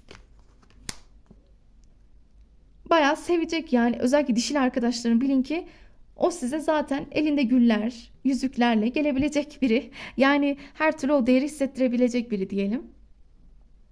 Eğer dinleyen eril arkadaşlarım sizlerseniz, bu desteği seçen, yani sizde de şu var: siz bu kişiye çok sevgi dolu gideceksiniz. Hani ona karşı koyamayacaksınız ya da onun bu enerjisi, bu yaptıkları, bu tavrına karşı siz de ona güzel jestler, mutluluklar sunmaya çalışacaksınız gördüğüm kadarıyla. Belli engelleriniz olabilir. Bu ne olabilir? Hissettiğimi söyleyeyim mi? Araba çıkmıştı ya. Belki hani bu engelden kastımız belki mesafeler olabilir. Bunun dışında yoksa bu kişi çok zor biri değil ama. Dediğim gibi belli engeller, sadece mesafeniz olabilir. Biraz hayatınızı değiştirecek bu kişi, onu da belirteyim. En başta söylediğim üzere farklı bir etki yaratmaya geliyor sizde. Yani büyük bir değişim, dönüşüm yakalayabilirsiniz bu kişiyle. Yanınızda olabilecek, sizin yanınızda destekleyici enerjilerle gelebilir. Maske çıktı. Bu maske bana şunu hissettiriyor: çevre enerjisini gösteriyor. Evet, çevrede onu nasıl desem, onunla ilgili ya da sizinle ilgili işte konuşanlar olabilir. Ya da onu size farklı lanse eden, anlatanlar olabilir. Aa bak o şöyle biri, aa bak o böyle biri, ama bak o şunu şunu şöyle yaşamış, o bunu böyle yaşamış. Yani lütfen birileri böyle şeyler söylerse lütfen takılıp aldırış etmemeye çalışın. Yani burada aldığınız bütün bilgiler, haberleri de lütfen hemen bir şey yapmayın. Hemen kanmayın diyor kartlarınız. İtima göstermeyin. Ne yapın? Mesela burada her türlü zaten bu kişiyle güzel konuşma, sohbetleriniz olacak. Onu o anda tanımaya çalışın. Ya da birilerinin söyledikleriyle değil. Ya da birilerinin yorumları, tavsiyeleriyle değil. Bakın az önce çok ilginç. Bu birinci destede de çıkmıştı. Demek ki her türlü illaki bir üçüncü kişiler çıkıyor. Dikkat edin, bakımlarınızda illaki bir üçüncü kişiler gündeme gelmezse olmuyor. Yani bu ne demek? Demek ki çevreye lütfen çok müdahale etmeyin. Bunu hep söylüyorum. Olumlu eleştirileri, yapıcı eleştirileri alın ama kendi çıkarları, amaçları doğrultusunda yapılan eleştirileri baz almayın. Ya da sırf böyle mutsuzluğunuz için, sırf kıskandıkları için yapılan eleştirileri zaten anlarsınız. Yani en azından sezersiniz, içiniz bilir. Bunlara çok itibar göstermeyin. Zaten bu kişiyle birbirinizi zamanla çok güzel tanıyacak, güzel böyle birbirinizle ilgili bilgi sahibi de olacaksınız. Haberleşmeler, etkileşimler, sizin hayatınızı, yine diyorum, bakış açınızı değiştirmesi, bunlar görünüyor. Peki devam edelim. Bu kişiyle ilgili başka neyi bilmelisiniz? Başka almamız gereken bir detay var mı? Derin bağlar kurmayı seven birisi. Onları da belirtelim. Çok derin bağlar kurar. Sevdiğimi tam seviyor yalnız. Evet, ama bir bağlantıyı kestim mi, nefret ettim mi de tam nefret ederim. Hani bu kişi, dikkat ettiyseniz, uç noktalarda yaşıyor. Şans verin diyor. Bu kişiyle ilgili sürecinize şans vereceksiniz. İlişkinize bir şans verin bu insana, bu bağlantıya. Birbirinize lütfen sevginizi ifade etmekten kaçınmayın. Zaten birbirinizle karşılıklı aslında güzel böyle bir duygusal ifadeler içinde olacak gibisiniz. Jest, bakın burada kullandığım cümle çıktı. Birbirinize jestler yapacaksınız. Hatta zamanla birbirinize bağımlı bile olabilirsiniz, o derece. Yani birbirinize çok düşkün, çok bağımlı, birbirinize çok adapte, odaklanmış bile olabilirsiniz. Bakın diyor, bu o olabilir. Bir kısmınız belki tanıştınız. Ama ben yine de diyorum, birçoğunuzu yeni geldi bana. Birçoğunuz. Bakın az önceki desteği ben evet tanıdıklık hissettim ama burada onu tam diyemiyorum. Burada daha çok yine de %70-80 tanımıyorsunuz bu kişiyi. Ama bir kısmınız belki, yani çok böyle az bir kısmınız tanıyor gibi. Az bir kısmınız. Hani böyle belki arkadaş olabilirsiniz. Belki şu an ufak tefek gitgelli flörtler yaşıyor olabilirsiniz. Olabilir. Yani bu kişiyle bir kısmınız diyorum ama hepiniz için diyemem. tanışma olma ihtimaliniz var. Bir kart daha almak istedim. Finans ve kariyer. Evet, kartlar diyor ki bu kişiyle ilgili ilişkide, ya örnek veriyorum, onun finansal hayatı, kariyeri, aşkı etkileyebilir. Ya da sizin finans ve kariyer hayatınız bu aşk hayatınızı etkileyebilir. Ne gibi örnek verelim? Yani belki onun çok böyle bazen yoğun olması, meşgul olması ya da biraz maddiyatı, kariyer hayatı derken bunu ilişkiye yansıtabilir. Bazen gereken ehemmiyet veremeyebilir gibi gibi. Ya da bunun dışında örnek veriyorum, mesela iyi anlamda yorumlarsam belki de siz birbirinizin finansal kariyer hayatlarını çok da güzel etkilersiniz. Yani birbirinizin enerjisine enerji katarsınız. Çünkü ben hep ne diyordum bu kişiyle ilgili? Enerjisi çok yüksek, frekansı kuvvetli bir kere. Hayatınıza girdiği gibi her şeyi değiştirebilir. Hani o sizin bereketiniz olabilir, mutluluğunuz olabilir. Siz birbirinizin hayatlarında kariyer ve finansal anlamda da büyük bir başarı getirecek gibisiniz. Peki devam edelim. Harflerimizi de alalım. Peki bakalım. Harf olarak neyi bilmeliyiz? Hangi harfler çıkabilir? Şöyle ilk kelime gelenleri alacağım. O harfimiz çıktı. Şehir isimleriyle gidiyorum. Sizler türetebilirsiniz. Ordu'nun O'su.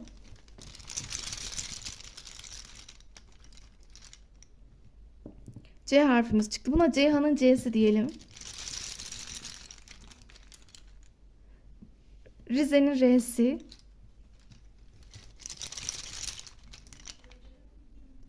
Niğde'nin N'si.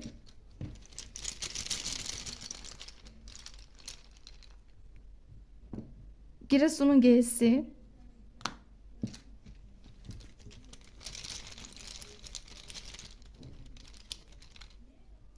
Bursa'nın B'si. Bir tane daha alalım. Edirne'nin E'si. Evet, bu harfler isminde olabilir, soy isminde olabilir, ikinci isminde olabilir. Yani hiç fark etmez. Bir tane de olabilir, birkaçı da olur, hepsi de olabilir. Tabii ben hep söylerim, harfler detay. Sizler sevdiğiniz için açıyorum. Ama şöyle anlattıklarıma daha çok odaklanmanız önemli olacaktır sizler için. Şöyle bakıyorum, söylemediğim bir şey var mı? Bir de şunu ekleyecektim unutmadan. Bunu da en sonunda söyleyelim. Bir kısmınız sorabilir. Tanışma şeklimiz. Daha çok iş ortamları çıkıyor. Evet. Yani ben daha çok burada iş ortamı, iş yerleri, iş bağlantılı ortamlar sürekli görüyorum. Bu şekilde tanışma durumunuz yüksek görünüyor bu kişiyle ilgili. Bunları ekleyelim. Eğer ki beğendiysek, hoşumuza gittiyse, uyduysa, yani size enerjinize de hoşunuza gidiyorsa abone olabilirsiniz. Yorum yapabilir, beğenebilirsiniz. Peki son desteğe de bir bakalım. Üçüncü desteğin enerjilerini alalım.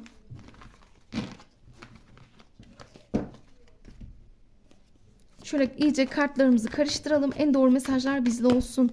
Üçüncü desteği seçen arkadaşlarım için en doğru etkileri almaya niyet alıyorum. Sizin için doğru insan, doğru aşk, doğru partner kim? Nasıl birisi? Enerjisi nasıl? Neyi bilmeliyiz? Kılıç ikilisi, para sekizlisi, kupa dokuzlusu, aşıklar, mahkeme, para kraliçesi, asa yedilisi ve güç kartı. Evet, şimdi başlıyorum. Önce burç olarak söylemem gerekirse toprak gruplarından olabilir. Boğa, Oğlak, Başak burcumuz çıkmış. İkizler burcumuz var. Bir de Aslan burcumuz çıkmış. Yani bunlar güneşi ayı olur, ayı yükseleni olabilir. Örnek verelim. Misal güneş burcu diyelim ki topraklarda boğa olsun. Yükseleni aslan olsun. Ya da işte ay burcu da ikizler olsun gibi. Bu işte bu tür burçlar baskın görünmüş. Bir kere şöyle, bu hayatınıza gelecek olan aşk, doğru insan sizin için en önemlisi bir kere yoğun bir duygusallık içeriyor. Yani duygusal bağ kuvvetli olacak. Yani zaten bu yeterli değil mi bence? Her türlü diyor ki zaten çok büyük bir aşka hazır ol. Çok büyük bir sevgi, çok büyük bir tamamlanma, büyük bir kavuşma. Yani sen hayatın aşkını zaten bulacaksın, buluyorsun. Olacak diyor senin için. Çok büyük bir aşk ama bu böyle tek taraflı falan değil. İki taraflı da. O da çok yoğun hissedecek sizde. Yani ikinizin de o enerji seviyesi çok bir görünmüş. Birbirinizle frekansınız çok tutabilir, uyuşabilir. Birbirinize çok böyle anlayışla yaklaşabilirsiniz. O sevgiyi yoğun hissettiğiniz zamanlar olabilir. O duygusal bağlantıyı yoğun bir şekilde kuracaksınız aranızda.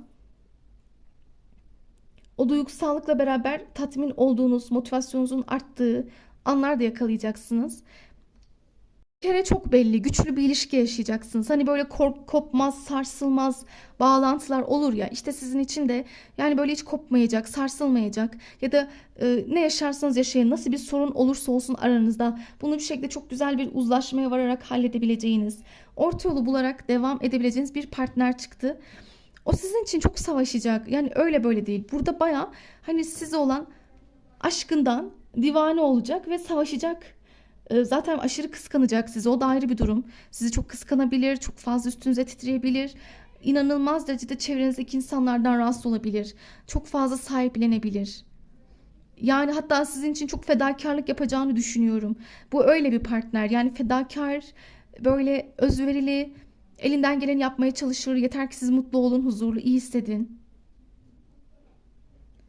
Mizaç olarak bana çok şey geldi karakteri. Çok olgun, anlayışlı, böyle açık sözlü, çalışmayı seven, maddi manevi olsun elinden geleni yapmaya çalışan, yani azimli, bir şekilde tırnaklarını kazıyarak yükselmeye, parlamaya çalışan, kendini geliştirmek isteyen, bunun dışında özgüveni yüksek. Ve şunu da fark ettim, gerçekten hayatla savaşıyor. Evet, bu böyle bir partner. Yani böyle hayatla cebelleşiyor gibi. Mücadelesi yoğun. Maddi düzlemde de manevi düzlemde de. Yani ne olursa olsun dik durmaya çalışan birisi. Nasıl engel çıkarsa çıksın karşıma, kim olursa olsun ben diyor engellerle savaşırım. O kadar güçlü. Emin olun yani bütün engellere karşı gelebilecek bir kendisine özgüven yoğun bir potansiyel ve enerji var. İnsanlarla olsun, çevresindekilerle de savaşan birisi ve bu ilişki için de savaşacak. Yani işte çok böyle savaşçı bir mizaçla karşı karşıyasınız. Bir de o çok şey de birisi. Böyle kariyerinde iyi olmak da isteyen birisi. Kariyerinde daha iyi yerlere gelmek isteyebilir. İşinde gücünde çok daha öteye geçmek ister. Hayalleri çok. Yani onun çok fazla böyle hayal, ümit, niyetleri, dilekleri var gibi. Hep böyle anlatmış. Benim diyor çok hayalim var. Şunu yapmak isterim, bunu almak isterim, bunu böyle yaparım. İşte ben şu işi yapacağım, şu yolda ilerlemeliyim. Çok fazla. Ben hayallerimin peşinden gitmek istiyorum diyen bir doğru aşk geliyor karşınıza. Hayalci olması güzel. Bir de çok çalışkan, çok azimli, çok böyle aşırı hırslı hatta bana kalırsa. Çok böyle. Bir kere gözünü hedefe kitlemiş yani. Hedefime odaklandım mı daha hiçbir şey gözüm görmez. Onun için elimden geleni yaparım diyen birisi. Ama bakmayın yani karakter çok yani kariyerinden çok bahsetmiş ama karakter yapısına aşk da çok yoğun. Yani bu kişinin hem bir tarafı yani diyor ki aşk da olsun, iş de olsun. Evet, maddiyat da olsun. Yani hepsi olsun diyor ve hepsini başarırım. Hepsini hallederim. Kadın olsun, erkek olsun. Bu konuda kendine çok güveniyor. Yani bir taraftan hızlı birisi, aktif birisi, atılgan birisi. Ve bayağı da hani onunla tutkunun olduğu ama kesinlikle böyle bağlılık duygusunun aşırı yüksek olduğu bir ilişki yaşayacağınızı düşünüyorum. Bir de o çok sadakatli, çok. Yani aslında bu bağlılığınızın biraz buradan geldiğini düşünüyorum. Partneriniz çok sadık birisi olacak. Yani gözü sizden başkasını görmeyebilir. O öyle yani bir kere aşık oldun mu, bir kere karar verdin mi, o mutluluğu, güveni buldun mu tamam diyor. Yani ben daha başkasına bakmam. Aynı şu örümcek ağları gibi düşünün. Yani birbirinize böyle bağlanacaksınız. Birbirinize kenetlenecek gibisiniz. Bu çok sadakatin olduğu bir ilişki. Olacak gibi duruyor. Birbirinize karşı güven vereceğiniz, birbirinizi destekleyeceğiniz, birbirinize o güveni verirken her türlü yanınızda olarak tatmin duygusu yaratacağınız bir ilişki olacak. Bunun dışında baktığım zaman görsel olarak bu kişi sade giyinmeyi seviyor bakın. Sade ve şık. Yani evet bazen sade giyinebilir. Bazen böyle şık giyinebilir. Takım giymeyi seviyor olabilir. Böyle çıkmış. Bunun dışında ama böyle çok gösteriş sevmiyor. Bu biraz ikinci destenin tersi gibi. Bu kişi biraz fazla sadelikten yana olabilir. Böyle çok gösteriş, çok renk sevmem. Yani birazcık daha ağırlık olsun, sadelik olsun. Biraz daha böyle sakin, daha böyle bir kendime uyan şekilde, kendime yakışacak şekilde giyinmeyi severim. Kendime bakarım diyen birisi. Bunun dışında baktığımız zaman görsel olarak biraz fiziğine dikkat ediyor. Evet, fiziği çıkmış, spor yapıyor olabilir.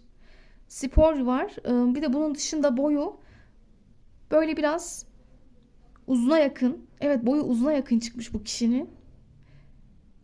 Bunun dışında omuzları geniş olabilir. Daha böyle gözler, saçlar koyu kahve, siyah tonlarında görünüyor.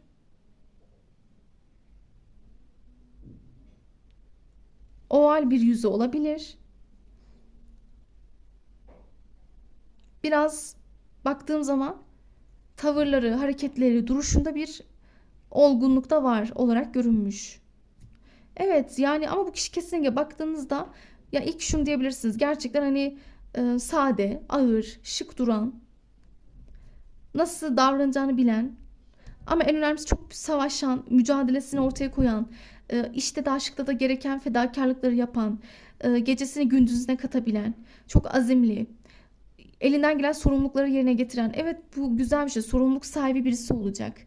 Ya da böyle ona o ne olursa olsun hizmet etmeyi ya da elinden geleni yapmayı çok seven birisine benziyor.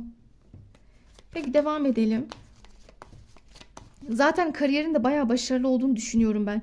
Evet, bunu da eklemeliyim çünkü bu kişinin maddi gücü de yerinde.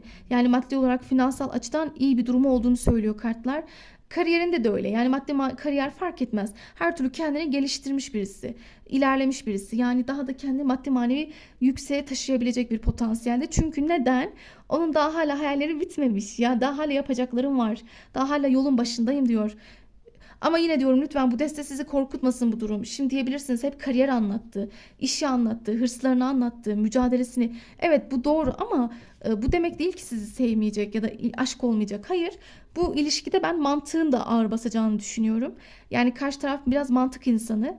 Böyle ağırlık sever, hemen güvenmez, olgundur. İlişkilerde somut değerlere önem verir. Ne gibi yani somut adım ister. Yani bu öyle çok şey biri değil. Sevgi sözcükleri söylemenin dışında davranışlarımla belirtirim diyen birisi. Hani lafta sözde böyle çok büyük büyük laflar etmez de hani somut manada ne yapabilir? Size yardım yapabilir, fedakarlıklar yapabilir. Sizin zor anlarınızda, iyi kötü anlarınızda her şekilde yanınızda olmaya çalışır, destekleyicidir. Yani ben diyor sevgimi biraz somut manada yanında olarak göstermeye çalışırım.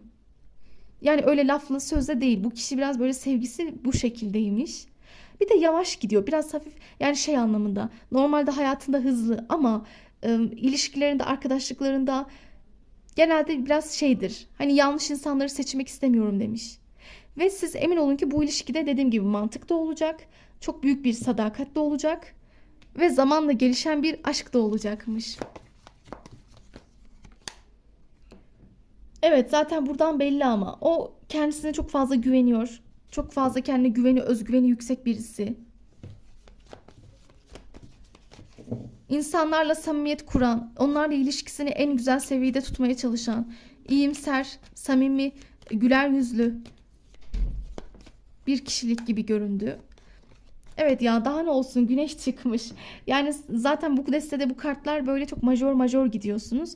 Bu çok iyi bir şey yani sizin için karakteri ve enerjisiyle etkileyebilecek bir kişilik olduğunu görüyorum. Mizacı, kişiliği zaten yeterli olacak. Şunu diyebilirsiniz. İşte onun davranışları beni çok etkiliyor ya da işte onun duruşu, yaklaşımı, onun başarısı, onun işi, gücü, çalışkanlığı, onun gerçekten benim için bu ilişki için fedakarlığı, benim için bir şeyler yapması. Yani en çok bunlar sizi mutlu edecek gibi. Ve zamanla o sevginin artması, o güneş gibi zaten iyi niyetli, doğal birisi size iyi gelebilecek. Evet, burada da kesinlikle güzel bir köklü bir ilişki var. Ölüm kartımız artık diyor sizin için köklü bir değişim olacak. Yani bu kişiyle olan aşkta bir köklü bir değişim var. Fark ettim de bu ikinci destede de çıktı yalnız. Demek ki bir kısmınızın hayatına gelecek olan partnerler sizin kadersel sürecinizi de etkileyebilir. Yani ne gibi? İşte hayatlarınıza geldikleri gibi bakış açılarınız değişebilir. İşte ya da yok ben böyle birisi istemiyordum dersiniz ama isteyebilirsiniz. Ya da ya benim aslında kafamdaki profil çizdiğim, istediğim kişilik böyle değildi. Olabilir. Belki diyorsunuz ki ben işte sarışın seviyorum ama tanıştığınız kişi esmer olunca hani onu daha çok seveceksiniz. Onun gibi düşünün. Ya da işte ben işte dersiniz ki mesela ben orta boylu severim ama uzun çıkar karşınıza. Bundan kastetmeye çalıştım. Bir anda bakacaksınız ki yo aslında ben sevebiliyormuşum. Yani aslında o detaylar benim kafamdaymış. Öyle bir değişim. Ya demek ki hani bak böyle de sevebiliyormuşum. Bak aslında ben gayet de bu şekilde de mutlu oluyormuşum ya da bak ben bu özellikleri normalde istemem değil. Yani bazı tabularınızı yıkmak anlamında demek istiyorum. Belli kararlarınız, bakış açılarınız değişebilir. Ve imparatorcu o sizi zaten bir imparatorça gibi hissettirecek. Yani sizi böyle nasıl desem fazlasıyla etkileyici bulabilir, baş tacı edebilir, size duygusal sözcükler kullanabilir. Bir de ben şunu da söylemeliyim. Bu çok bereketli bir ilişkiye benziyor. Yani bu insanla yaşayacağınız ilişkiniz, süreciniz çok bereketli. Burada çok fazla bolluk sembolleri var. Yani maddi olarak gücün ve kuvvetin olduğu bir ilişki kurabilirsiniz. Bunun dışında bu kişi zaten hayatında çok bereketli bir enerjide. Onu fark ettim. Sürekli burada bana kariyer ve maddiyatından bahsetti. Yani o çok gerçekten çalışmayı seven, azimli biri. Maddi olarak bereketi yerinde olan, sizin de düşündüğünüzün aksine çok daha sevebileceğiniz, düşündüğünüz çizginin dışında enerjilerde olabilir. Ama hayatınıza bir güneş gibi geliyor. Yani böyle şifalı, iyileştiren, böyle arındıran, sadakat nedir hissettiren, güven nedir bunu veren. Evet, en çok da onun sadakatini sevebilirsiniz bir taraftan. Böyle bu yönüyle sizin gözünüzde herkesten sıyrılabilir. Ya da işte sizin için çabalamasıyla mesela şunu diyebilirsiniz. Ya işte bak öncekiler bu kadar çabalamıyordu. Mücadele etmiyorlardı ya da bu kadar sadakat göstermiyorlardı. Ama bu kişi öyle değil. Bu kişide büyük bir hem sadakat hem çaba ve emek göreceksiniz. Ya da işte örnek veriyorum, bazı konularda kendini açmak, belli etmekte zorlanmayacaktır. Ve size değerli olduğunuzda hissettirmekte yeterli olacak. Bakın yine bir bereket. Aslında burada kapanış yapacağım. Her türlü bu ilişki, bu evlilik, hatta evliliğe de gider yani. Zaten doğru aşk, doğru insan olarak bakıyorum ya. Hepiniz için aslında burada bu şekilde baz alabilirsiniz. Gelecek anlamında. Ve bu kişiyle diyor geleceğiniz güzel. Yani geleceğinizde çok böyle bereketli dönemler, maddi güzellikler. İşte hatta onun size karşı böyle maddi güzel değerlerle yaklaşması. O sizi de maddi olarak mutlu etmeye çalışabilirmiş. Böyle de bir cümle aldık. Sakinliğin olduğu, nasıl desem rahatlığın olduğu, iki tarafında birbiriyle karşı kopmaz bir sarsılmaz güven bağının olduğu bir aşk dolu bir ilişki var. Aslında burası eleştireceğim bir şey vermedi bana. Diğer destelerde en azından belli başlı şeyler söyledim ama burada çok eleştireceğim bir şey yok. Hatta yani bu kişi böyle çok bilgili birisi, çok donanımlı biri, çok kültürlü, çok aydın. Yani ne yaptığını bilir, ne konuştuğu konusunda çok sizin önünüzü bile açar yani. Ya da belli konularda fikir ona danışabilirsiniz. Ondan destek alabilirsiniz. O bu konularda hemen yanınızda olabilecek biri. Tek negatif yönü yine şunu diyebilirim. Biraz nasıl desem bazen fazla kariyerine zaman ayırabilir. Yani tek negatif bunu eleştirebileceğim. Yani bazen işine gücüne gerekenden fazla, belki haddinden fazla zaman verip kendini çok yıpratıp yoruyor olabilir. Her şey için kendini yıpratıyor, saçını süpürge ediyor olabilir. Yani dediğim gibi biraz yorgunlukları olabilir onun. İş hayatı bana öyle geldi. Nedense gündemi yoğun. O aktif çalışan birisi. Sürekli yani çalışma içerisinde sürekli iş düşünüyor. Bir de bunun dışında bir diğer eleştirebileceğim şey, hani bu kariyeri yorgunluğuyla beraber dediğim gibi arada kendini yıpratıp size de gereken enerji yansıtamasa da telafi eder, buna emin olun. Bir de çok temkinli birisi. Evet, çok garanticidir. Yani böyle hemen risk almaz. Temkinli. Bakın büyüteç çıktı. Yani ilk tanıştığınız zaman sizi gözetleyebilir, merak edebilir, anlamaya çalışacak. Birbirinizi hissedeceksiniz. Aranızda zaten bir aşk diyorduk zaten. Bir duygusallık, romantizm, bir hoşluk, bir ahenk ya da o duyguların kaynaşması ya da o hislerinizin uyuşması, telepatik enerjinin artması gibi durumlar olacak görünüyor. O sizin hayatınızdaki derdi, sıkıntıyı, tasayı, her şeyi dert tasası. Bunları silip süpürecek, atacak gibi. Çünkü neden? O şifalı bir enerji ve bunları da gelip silip süpürüp atabilir. Size iyi gelebilecek biri. Özellikle dinleyen eril arkadaşlarım. Eril olanlar. Bu karşınıza gelecek olan kadın, dişil faktör çok sevgi dolu. Ama belli değil mi? Zaten burada çok her şey yapabilecek, aşırı fedakar, her şey tamam diyebilecek, evet diyebilecek, çok böyle şey birisi var. Nasıl diyeyim? Sizi zora sokmayacak ya da her konuda sıkıntıyı çok yaşamayın diye alttan alabilecek bir dişil enerji geliyor karşınıza. Hatta alttan almaya geçtim, birçok konuda da destekleyici olacak. Hep sizin böyle yanınızda olabilir. Maddi manevi her şeyinizde koşabilir. Dinleyen kadın arkadaşlara, dişiller için de şunu diyebilirim. Siz zaten ona meftun olacaksınız. Yani bu gelecek olan insana zaten kendinizi bayağı kaptırabilirsiniz. Ama bu olmasa şaşıracağım. Ama işte yılanlar. Yılan şudur. Birazcık böyle kartlarınız diyor ki iyi anlamda yorumlarsam evet bu deste şifalı bir desteydi. Bakın bu çok yani sizin karşınıza gelen kişi böyle şifalı birisi olabilir. Şifa veren, ortamda insanlara, sevdiklerine şifalı yönleri olabilir. Ama bunun dışında biraz bu ilişkide tabii ki belli yılanlar, işte belli böyle toksik insanlar. Örnek veriyorum belki onun geçmişinden ya da sizin geçmişinizden. Eskiler bir anda pat diye ortaya çıkabilirler. Bir bakmışsınız ne alaka, neden, nereden geldiler diyebilirsiniz. İşte bu toksik karmik insanlara izin vermeyin ya da bu tür arkadaşlara izin vermeyin. Bu kişiyle belli iş yerlerinde tanışılabilir ya da ya ben burada biraz resmi kurumlar da görüyorum. Resmi ortamlar, resmi yerlerde olabilir. Kamusal kurumlar, iş yerleri, firma, şirketler yani gibi gibi böyle iş vasıtasıyla ya da kesinlikle ben hani illa bir yer olmak zorunda değil. Siz gerçekten bir ortaklık yaptığınız süreçte de tanışabilirsiniz bir kısmınız. Ya da böyle iş bağlantılı yerler, işin olduğu ortamlar. Evet sizde sürekli bir iş yeri, iş ortamları işte ya da sizin böyle yoğun olduğunuz, aktif olduğunuz anda hobilerinizi gerçekleştirdiğiniz bir ortamda da tanışma ihtimaliniz olabilirmiş. Bunu da söylemeliyim. Evet bakıyorum daha çok evet bu tür gündemler çıkıyor sizin için.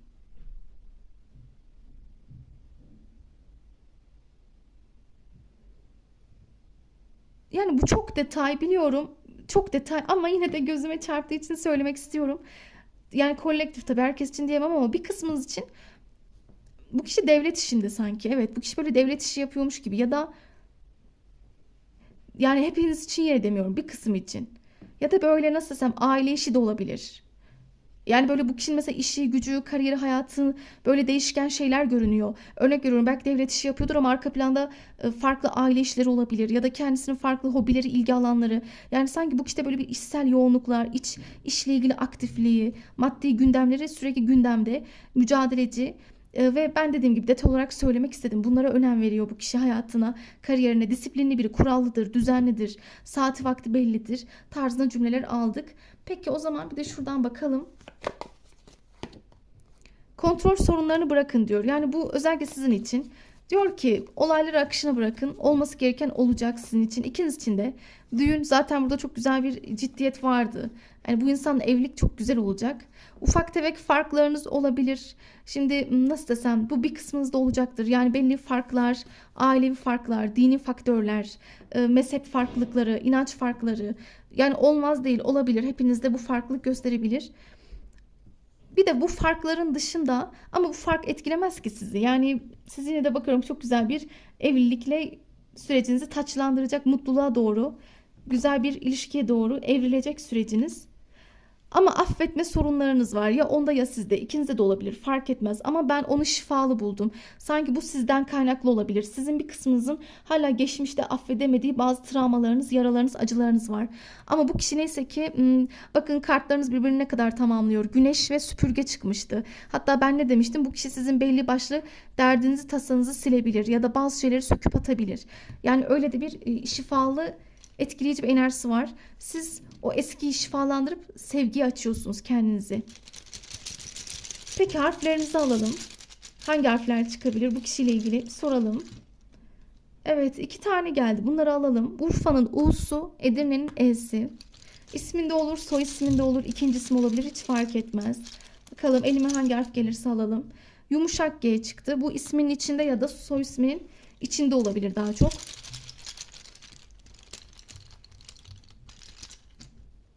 G harfimiz çıktı. Bunu bir arada alalım. Evet yumuşak G ve Giresun.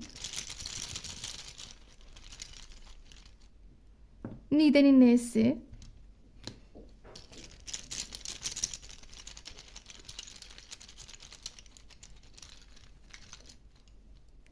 K harfimiz çıktı. Ne diyelim? Kayseri'nin K'sı diyelim. Evet 2 tane bir arada geldi. Alalım. Manisa'nın M'si. Ordu'nun O'su. Evet görünen harfler bu ama harfleri ben genelde sevdiğiniz için çekiyorum. Burada daha çok anlattıklarıma odaklanmanız, o detaylar daha önemli olacaktır. Evet sizler için böyle bir enerji aldım. Tabii bu kişinin yeni biri olma ihtimali de var onu da söylemeliyim. Burada yeni etkiler daha fazlaydı. Yenilik, başlangıç, sıfırdan bir döngü çok fazla görünüyor sizler için. Bunları ekleyelim. Eğer ki hoşumuza gittiyse, beğendiysek abone olup yorum yapmayı unutmayalım. Diğer videolarımızda görüşmek üzere arkadaşlarım. Kendinize çok çok çok çok çok iyi bakın. Hoşça kalın.